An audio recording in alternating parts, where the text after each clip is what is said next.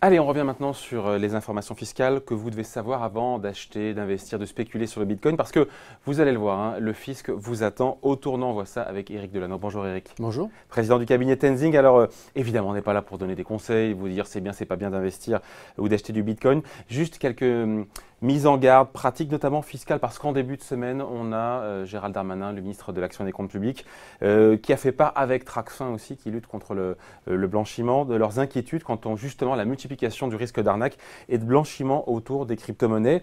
Voilà, et c'est intéressant parce que pour le coup, c'est la première fois clairement que le ministre sort du bois et nous parle de ça, nous parle du Bitcoin. Parce que le phénomène est en train de grandir de manière extrêmement importante. Hein. C'est au devant de l'actualité depuis maintenant quelques semaines. Il est clair qu'aujourd'hui, le grand avantage du Bitcoin ou des crypto-monnaies, c'est ce caractère horizontal et anonyme et en même temps sécurisé. Le grand inconvénient des Bitcoins et des crypto-monnaies, c'est ce caractère anonyme et sécurisé. C'est-à-dire qu'en gros, anonyme plus que sécurisé. Anonyme plus que sécurisé. En gros, aujourd'hui, on se pose seulement la question de savoir, quand j'achète du Bitcoin, de pouvoir produire d'une quelconque manière une pièce d'identité. Donc, à l'entrée, on ne sait pas qui va investir. Une fois qu'on a investi, bah là, tout est traçable, hein, c'est la caractéristique du Bitcoin. Mais du coup, il y a effectivement une porte d'entrée, surtout quand les valeurs deviennent très importantes, pour des possibilités de blanchiment très fortes. Alors, première info qu'il faut savoir, information fiscale. Si vous utilisez le Bitcoin comme un placement, donc en gros en spéculant sur sa valeur, il faut déclarer les plus-values au moment où on revend. J'espère qu'on m'entend bien là. Ah mais il est clair. Il a été clair le ministre là-dessus. Hein. Mais de toute façon, l'administration fiscale a toujours été très claire et de toute façon réclame de l'argent et toujours plus d'argent. Donc elle fait la chasse à tout ce qui est plus-value depuis toujours. Ça veut dire qu'à partir du moment où vous avez un gain qui ne correspond pas à un travail ou qui ne correspond pas à un patrimoine que vous avez, mais quelque chose que vous avez acquis, il y a un impôt qui est redevable. Donc il est clair que le Bitcoin, vous l'achetez 1 000 €, vous le revendez 15 000 €, et ça en 6 mois, hein, quand même pas, vous faites une plus-value de 14 000 € qui sera taxée à la plus-value.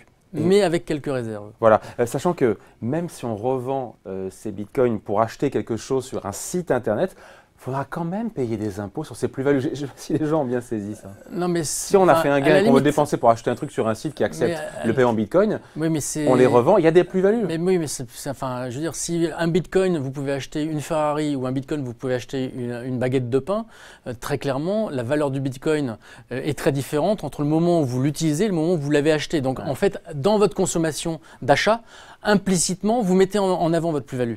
Et donc forcément, quand vous allez acheter ce bien, il y aura une externalisation de la plus-value qui sera sujet à taxation. Donc, si on considère encore une fois le Bitcoin comme un placement, même si d'ailleurs on va pour acheter quelque chose sur un site internet en payant en Bitcoin, il faudra déclarer aux impôts sa plus-value. J'insiste, le ministre Darmanin a été très clair là-dessus. Oui, alors c'est même pire que ça. C'est-à-dire qu'aujourd'hui, vous savez qu'il y a la flat tax qui va se mettre en place, c'est-à-dire une harmonisation. Là, on est sur la question du taux. Donc, quel taux ? Une harmonisation du taux sur les plus-values de valeur mobilière. Or, il se trouve que certes, le Bitcoin va être taxé à la plus-value, mais n'est pas considéré comme une valeur mobilière.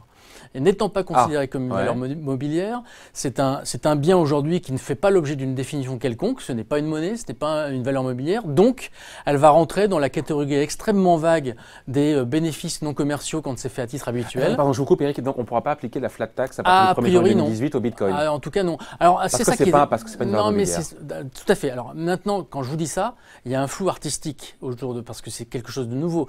L'autre flou artistique, c'est faut-il déclarer un compte à l'étranger, vous savez, avant le compte à l'étranger. Donc, comment ça se passe sur les gains qu'on peut faire si on en fait d'ailleurs? Les gains, vous allez le déclarer dans les bénéfices non commerciaux. À quel taux alors? Au taux de l'impôt sur le revenu, donc qui peut être au taux marginal. Plus cotisation sociale, plus CSG. Oui, donc ça peut monter. Enfin, si vous êtes sur des bitcoins, il suffit que vous ayez 20 bitcoins, vous allez changer immédiatement de tranche.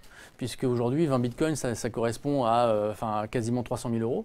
Vous allez complètement changer de tranche et donc ça va être imposé au taux marginal de 45%, plus les 17% de CSG à partir de janvier. 17,2. 17,2 à partir de janvier. Donc on est sur une facture fiscale de quasiment 60%.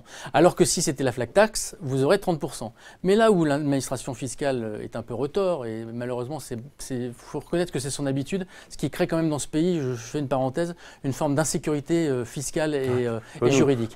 C'est très important, notamment quand on est un entrepreneur. Mais bon, néanmoins, le fait de garder le flou permettra de mettre en place une doctrine qui va varier sur le moment où en fait l'administration fiscale veut être un instrument politique de promotion de ces crypto-monnaies ou au contraire recherche absolument de l'argent pour faire les fins de mois budgétaires. Bon, là, on ne sait pas trop pour l'instant. Non, non. Puis après, une fois, ce qui est très drôle avec l'administration fiscale, c'est qu'en gérant ce flou-là, si vous êtes en tort, vous payez les indemnités et les pénalités de retard. Hein. Donc, bon, la seule certitude qu'on a aujourd'hui, c'est que s'il y a plus-value, ça sera frappé donc à l'impôt sur le revenu, à la tranche marginale de l'impôt sur le revenu, plus la CSG. Très fortement imposé. Oui. Les portefeuilles virtuels, est-ce qu'ils sont considérés comme des comptes bancaires à l'étranger? Là encore, les portefeuilles virtuels aujourd'hui des bitcoins n'ont pas d'existence juridique puisqu'elles sont sur des plateformes qui ne sont pas déclarées, donc qui sont quasiment apatrides. Enfin, Coinbase, hein, tous ces sujets-là sont. Donc aujourd'hui, il y a une préconisation de déclarer ça comme étant des comptes à l'étranger, qui sont les concepteurs de ces plateformes-là. Maintenant, c'est pareil, cette doctrine-là, c'est jamais qu'une doctrine. Il n'y a pas aujourd'hui on va dire, de définition juridique autour de ces sujets-là. Et donc, il y a là encore un flou, parce que c'est une nouvelle monnaie, c'est quelque chose de tout à fait nouveau. Et qu'à ce titre-là, la doctrine reste à construire. Donc on déclare ça comme un compte bancaire étranger ou pas? Parce qu'en plus, pardon, mais là aussi je vais être un peu en retard, mais si la transaction en Bitcoin est anonyme, comment, l'idée n'est pas de frauder, hein, comment est-ce que l'administration fait pour repérer, pour contrôler?